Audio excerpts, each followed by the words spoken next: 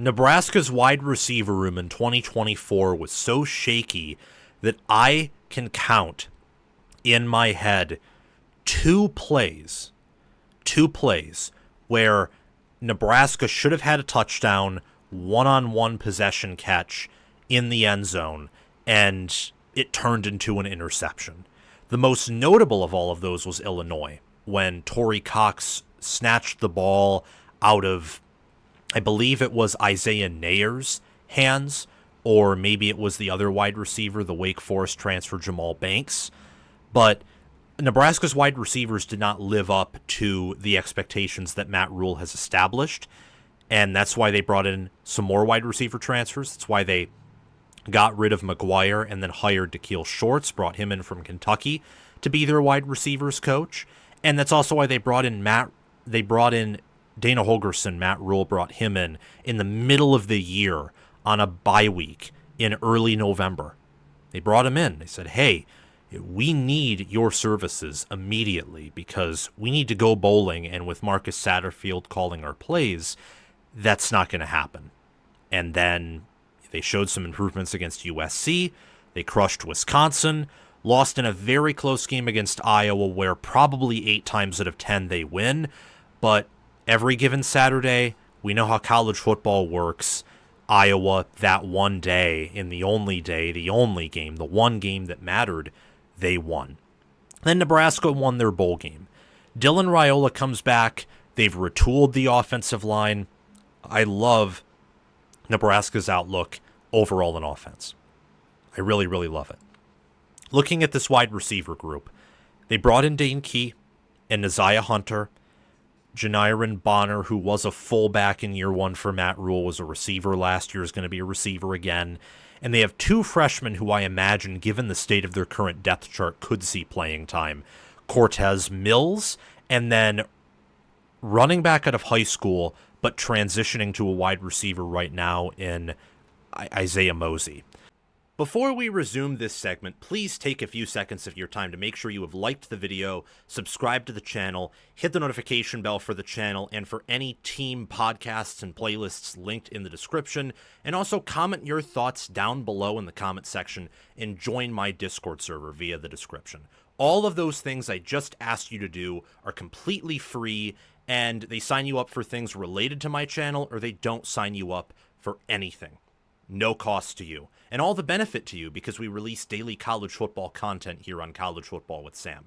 If you want to support the channel monetarily, sign up for a YouTube membership, or check any other links in the description for my merchandise store and Patreon page. Thank you very much, and let's get back to the segment.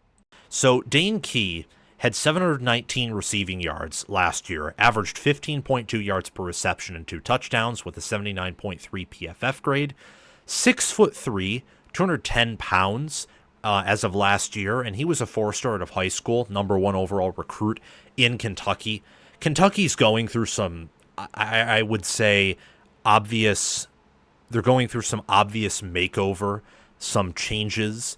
I don't think all of them are in the good sense. From my understanding, losing your recruiting coordinator, longtime recruiting coordinator, big part of the culture and staff, and Vince Morrow, to rival Louisville is never a good thing. Rough times in Kentucky right now, and if not for Mark Stoops' massive contract, the way the team played last year would have probably led to his firing. That was a very uninspired, bad effort. They had Gavin Wimsatt, Cutter Boley, and Brock Vandegrift as their quarterbacks throughout the year. Horrific quarterback room.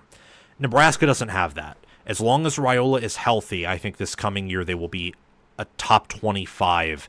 They'll have a top 25 quarterback on an offense that should also be top 25. I mean, when you have Dane Key and then Jacorey Barney Jr. and then Nyziah Hunter, I think that helps a lot. This starting receiver core, Key, Barney Jr., and Hunter, are among one of the better starting wide receiver trios, I think, in the Big Ten.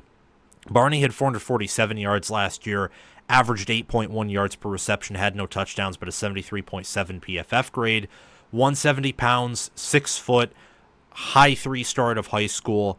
Hunter was a 4-star out of high school at 6'2", 210 pounds, 578 receiving yards, 14.4 yards per reception and 5 receiving touchdowns. He had a PFF grade also in the low 70s.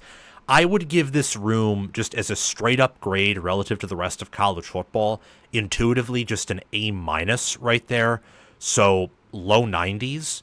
Maybe that's too generous. Maybe it's a B+, or maybe if everything pans out and Rhule is amazing and Holgorsen is too, you probably have some upside to get to an A. It's not going to be Clemson. It's not going to be Ohio State.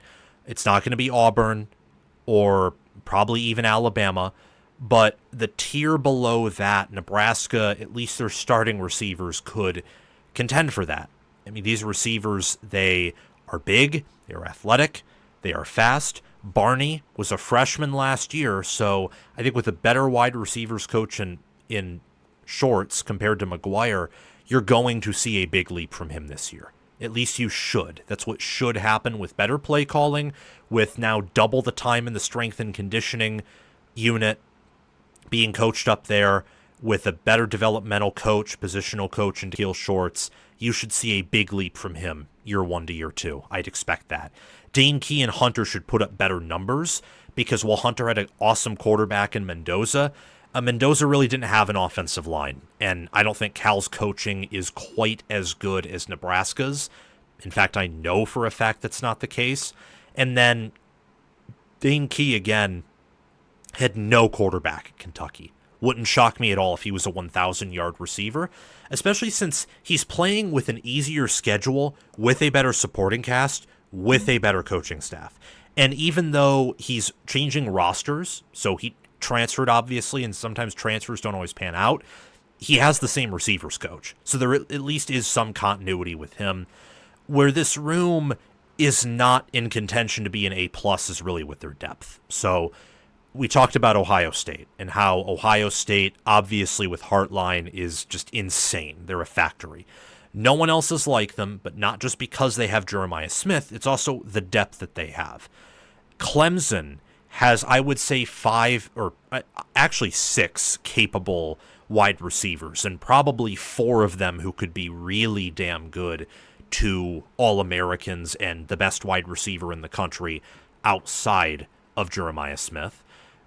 You get to Auburn, you have 3 receivers of that caliber. Alabama has 3 of them. I would say Georgia's wide receiver room is probably better than Nebraska's, because Georgia has depth. They have 4 or 5 capable wide receivers. For Nebraska here, they have 3. Now, their starters are really good. Again, Dane Key was one of the highest-ranked portal wide receivers for a reason. He showed flashes with no quarterback. That's impressive. That's like what Colston Loveland did at Michigan, where he led the team in receptions and receiving yards and looked really good and made the quarterbacks look better than they actually were. I mean, Michigan's quarterback room was awful, and yet Loveland was still able to collect yards, collect touchdowns, and have an impact. That's why right now he's projected to start for the Bears. He's just that good of a player. Dane Key could, while from an NFL standpoint probably is not that good, could do something similar for Nebraska. He did that for Kentucky, and if he does that for Nebraska, well, you're talking about a 1,000-yard guy, because Rhule should be a top 20 quarterback this year, and I would certainly project him to be.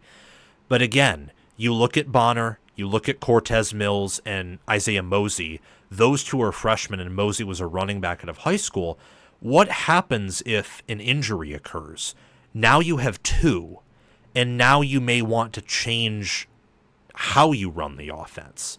So that's something to keep in mind there. But I overall really love this room, and I think that they will open up Rhule. They'll open up the offense. They'll help Rhule gain confidence that he totally lost at the end of last season. And you should be excited here. Now, Nebraska, along with other programs, has dealt with injuries, specifically at the wide receiver position. But like I mentioned, you only have 2 if one of the main guys goes down, but those 2 receivers are still way better than I think Nebraska's best receiver last year. So your floor is higher, even though there are some depth concerns, and your ceiling on top of that is miles higher than it was in the room last year. It's an uber-talented room at the top. Again, I have depth concerns, but if it's healthy, and especially if someone else breaks out, this could be one of the better wide receiver rooms in the country. You got Key, Barney, and Hunter, who are the starters, players that I love. They've all outperformed their rankings in high school, and now they're paired with a quarterback who at least is similar or better to the one they had last year. Only say similar because I really, really love Mendoza. I really love Mendoza. But Rhule will have a much better offensive line and play caller this year than Mendoza had at Cal last year, so that will also help Nyziah Hunter out a lot. They all are 6 foot or taller. They have good weight to them. I expect better contested catches, not just more open, busted plays where you have more big plays. Your deep shots show up consistently in Big Ten play, not just against UTEP. But I expect one-on-one balls to actually come down. And that should be very exciting because then you go from a punt and losing momentum and your defense losing ground. You go from that ultimately to getting points, to keeping the opposing offense off the field, and therefore winning games, sometimes winning close games. Sometimes winning a close game comes down to making an insane play, a great throw where you kind of just have to heave it, but you place it in the best possible position to where only your guy can have it, and he catches it, and he brings it down, a contested catch.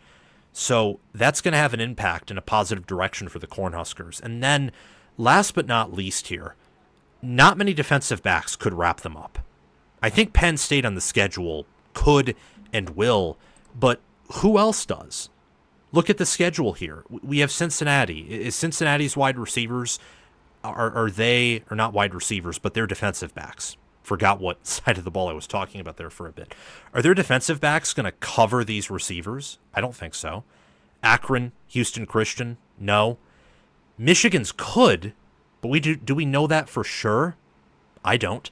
Off the Week 5 bye, Michigan State, I don't think their DBs will. Maryland's probably not. Minnesota's could. Like, none of these guys are getting past Parrish, but Minnesota has 5 DBs out there, as the usual defense does. I'm sure that 1 or 2 or 3 of those DBs are gettable by this wide receiver core. Northwestern, good defensive back room, but same applies, and they do not have anyone close to Coy Parrish. USC, they have Kamari Ramsey, DJ Harvey, and some other nice players, but again, this wide receiver room isn't just above average or good. It should be great if healthy. So I imagine they can find plays against that defense. UCLA, they should perform at a high level there. Off the Week 12 bye, you get Penn State on the road. You probably have some matchups where one of your receivers could get the better of one of Penn State's DBs, but it's going to be hard because Penn State has elite depth, and they also have some elite players. So Minnesota has Parrish, Penn State has A.J. Harris, and they have enough safety and enough cornerback talent to where by that late in the season when the defense has learned Knowles has learned the defense 100%, that will be hard. That will be a hard task for Nebraska's receivers and quarterback to connect against that defense. As for Iowa, this is not your Iowa secondary of 2022 or 2023. This is, I think, an Iowa secondary that is more or less the same as last year's, and it could be even worse with Jermari Harris gone. So you're really looking at anywhere from 1 team to 4 teams that can really limit or test this wide receiver group, at least according to my projections and what I see from this unit. That should be exciting, given that Nebraska, they have a strong linebacker core. They should improve at DB. They lose Fedoni at tight end, but Harburg, I think, could work there, and Lindenmeyer looks good. Their offensive line is strong. Emmett Johnson, he's a capable receiver. Not just a good runner, but he's a receiving back, too. And Nebraska has a quarterback who will have an NFL future. So these receivers will open up the offense. They'll help Dylan Raiola. I would expect this Cornhusker offense to produce fireworks. I'd absolutely expect that. The questions on this team relate to the defense. I think with Holgorsen and Raiola coming back, and with the transfers they've added at receiver, the 1 transfer in Spindler that they added at guard, along with what they bring back on the interior, that this offense is going to be awesome. And besides Raiola, who we'll preview in a different segment, the receivers are going to spearhead this operation of bringing the Cornhusker offense to levels in the passing game that I don't think they've ever had. Thank you for watching College Football with Sam. Make sure that you've liked the video, subscribed to the channel, hit the notification bell for the channel and team playlists and podcasts in the description, joined the free Discord server where we talk college football 24/7, and have commented your thoughts down below. Check out the description for any ways you can support the channel monetarily. Everything else I've asked you to do is completely free, and your support means the world to me. We're trying to become the next big thing on college football YouTube. 6-figure subscribers, maybe 1 million one day. I think we can do that. And also check out any videos or playlists, anything in these columns right here, where there will be videos and playlists. Yeah, you get the point. Have a fantastic day, and I will see you in the next one.